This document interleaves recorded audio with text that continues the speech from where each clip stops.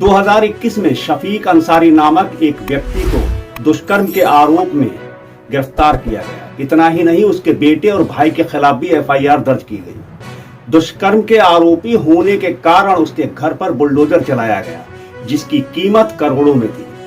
शफीक अंसारी का सब कुछ तबाह कर दिया गया। मालूम है क्यों? क्योंकि वो एक मुसलमान था।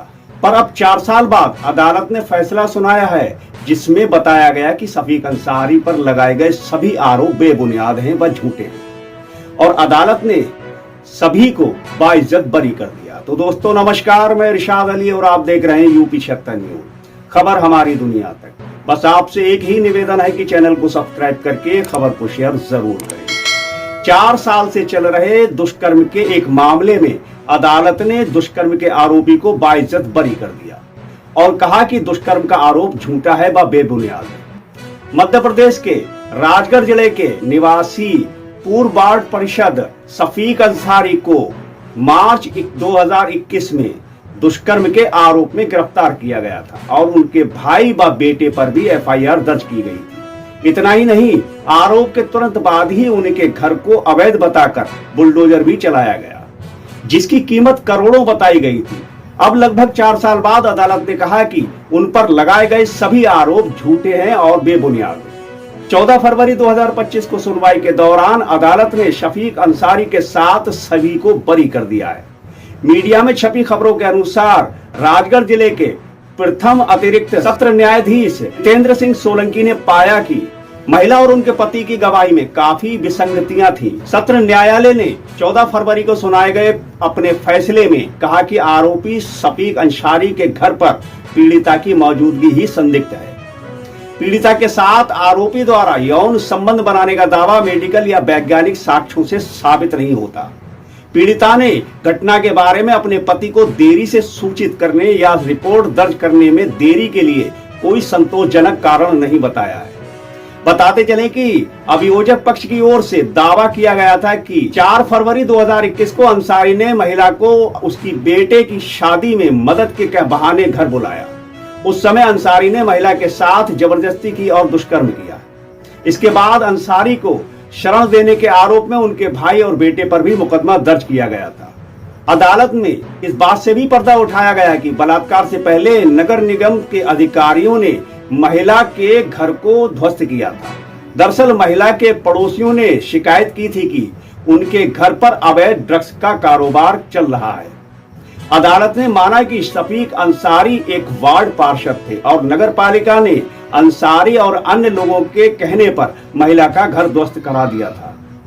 इस सुनवाई के दौरान अदालत ने आगे कहा कि इससे पता चलता है कि पीड़िता ने अपने घर को गिराए जाने के कारण शफीक अंसारी के खिलाफ बलात्कार की रिपोर्ट दर्ज कराई थी।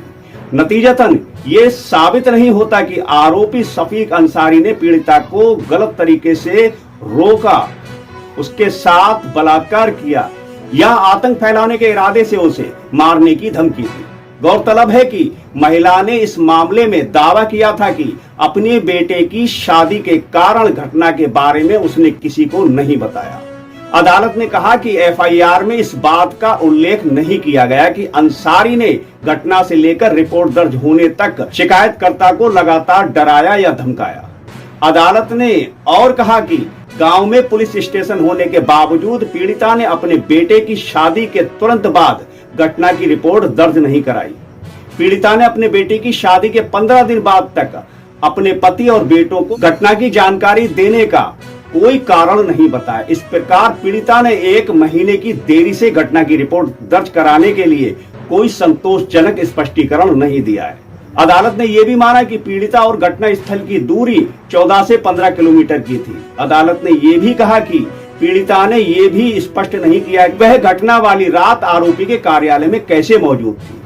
अदालत ने बरी किए जाने के बाद एक प्राइवेट मीडिया से बात करते हुए अंसारी ने कहा कि वो बेकसूर थे, उन्हें जानबूझकर इसलिए निशाना बनाया गया कि उन्होंने अवैध ड्रग तस्करी के खिलाफ आवाज उठाई थी।